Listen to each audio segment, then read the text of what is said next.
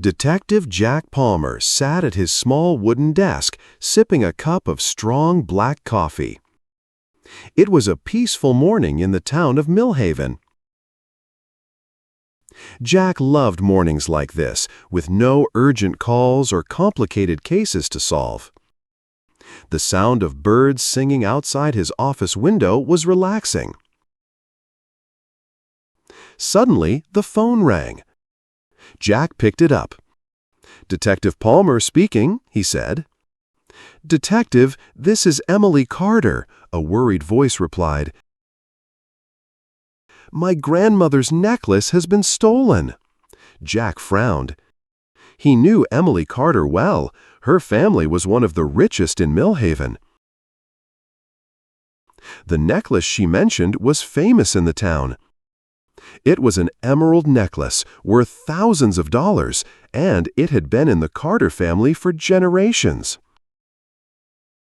"I'll be right there," Jack said, and grabbed his coat. The Carter family mansion was enormous. The White House stood at the top of a hill, surrounded by tall trees and a beautiful garden. Jack parked his car and walked up the stone path to the front door. Emily opened the door. Her face was pale and her hands were shaking. "Thank you for coming, Detective," she said. "Please come in." Jack stepped inside. The house was filled with expensive furniture and paintings. Emily led him to the living room, where her grandmother, Mrs. Eleanor Carter, sat in a large armchair. She was an elderly woman with silver hair and sharp blue eyes. "The necklace was stolen from my bedroom last night," Mrs. Carter said firmly. "It was locked in my jewelry box." Jack took out his notebook. "Who was in the house last night?" he asked. "Just the family and the staff," Emily replied. "My brother Peter, our housekeeper Mrs. Wilson, and the gardener Tom." Jack nodded. "I'll need to speak to all of them. Can I see the jewelry box?" Mrs. Carter led him to her bedroom. The jewelry box was on a wooden dresser. The lock was broken. Jack examined it carefully. "Who has the key to this box?" he asked. "I do," Mrs. Carter said. "But last night I left it in my desk drawer." Jack noticed a faint footprint on the carpet near the dresser. It was small, like a woman's shoe. He wrote it down in his notebook. Jack gathered everyone in the living room to ask questions. He started with Peter, Emily's younger brother. "Where were you last night?" Jack asked. "I was in my room, playing video games," Peter said. "I didn't leave my room all night." Next, Jack turned to Mrs. Wilson, the housekeeper. "I was cleaning the kitchen after dinner," she said. "I didn't hear or see anything unusual." Finally, Jack spoke to Tom, the gardener. "I was outside, working in the greenhouse," Tom said. "I came into the house only to eat dinner." Jack studied their faces carefully. Everyone seemed calm, but he knew that one of them was lying. Jack decided to inspect the rest of the house. In the hallway, he noticed a vase that had been knocked over. There was a small thread of fabric caught on the broken edge of the vase. It was red. He returned to the living room and looked closely at everyone's clothes. Mrs. Wilson was wearing a red sweater. "Mrs. Wilson, may I ask why there is red thread near the broken vase?" Jack asked. Her eyes widened. "I don't know. I didn't touch it," she said. Jack wasn't convinced. He decided to search her room while she wasn't looking. Inside her closet, he found a pair of shoes. The soles match the footprint in Mrs. Carter's bedroom. Jack confronted Mrs. Wilson. "Mrs. Wilson, I found your shoes in your closet." "They match the footprint near the jewelry box," Jack said.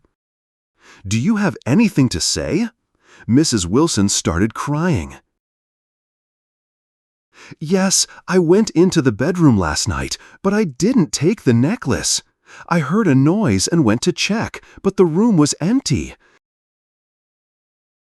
I didn't tell anyone because I didn't want to lose my job."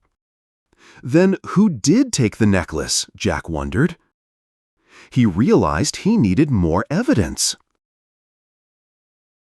Jack sat in the living room, piecing everything together in his notebook.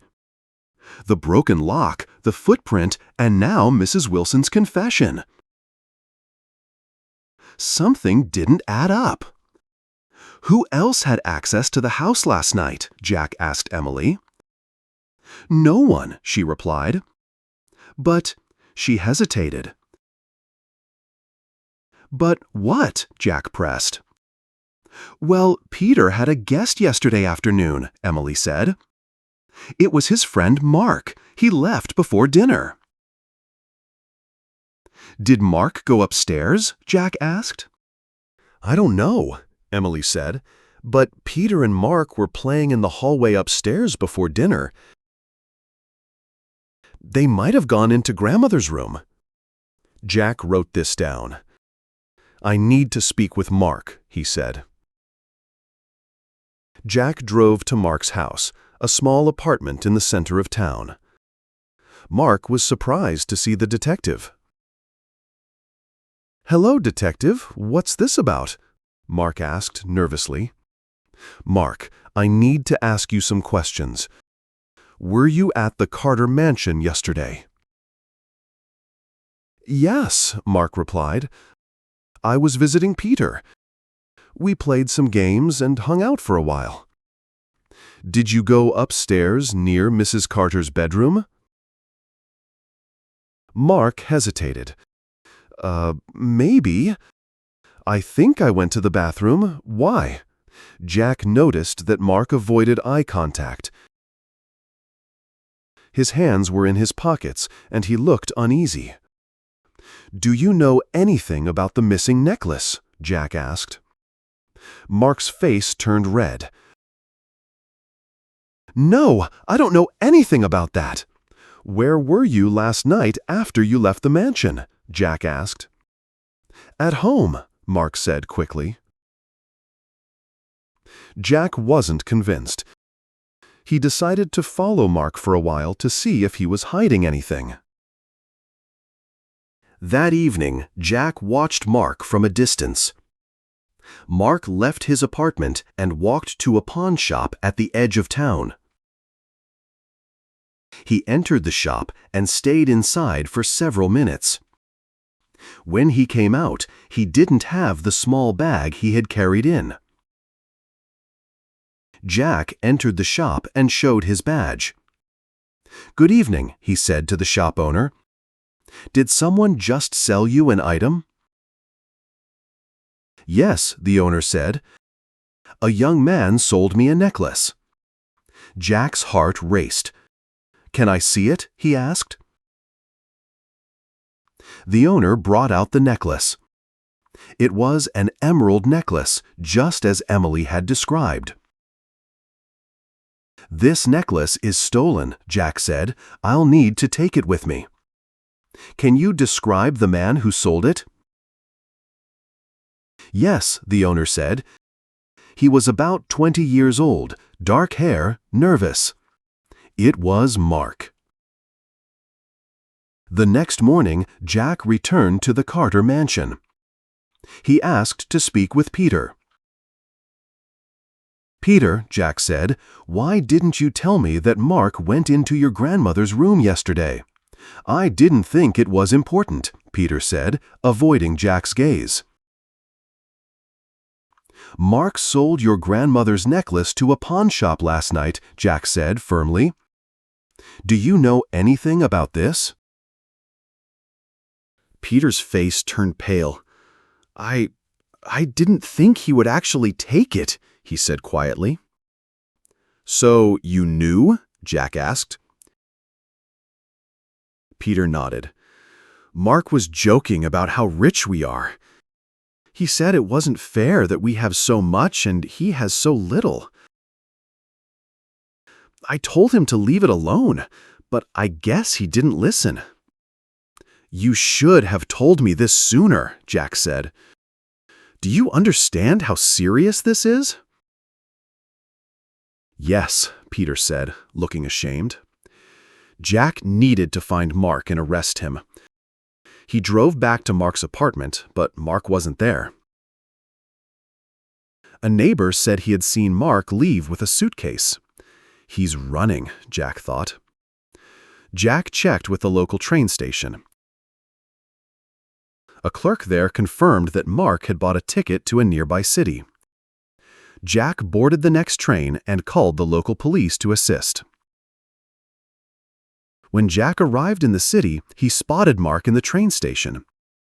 Mark was carrying a suitcase and looking around nervously. "Mark!" Jack called out.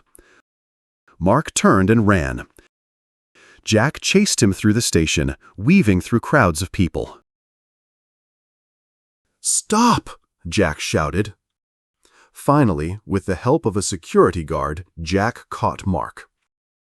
"It's over, Mark," Jack said. "You're under arrest for theft." Mark dropped the suitcase. "I didn't mean to. I was desperate," he said. Back at the station, Mark confessed everything. He had seen the key in Mrs. Carter's desk and taken it when no one was looking. He hadn't planned to sell the necklace, but he needed money to pay off debts. Jack returned the necklace to Mrs. Carter, who was relieved to have it back. "You've done an excellent job, detective," she said. Jack smiled. "Just doing my job, ma'am." Peter apologized to his grandmother for not telling the truth sooner. Mark was sentenced to community service, and Mrs. Carter decided to improve security in her house. For Jack, it was another case closed. As he sat back at his desk, sipping his coffee, he wondered what mystery would come next.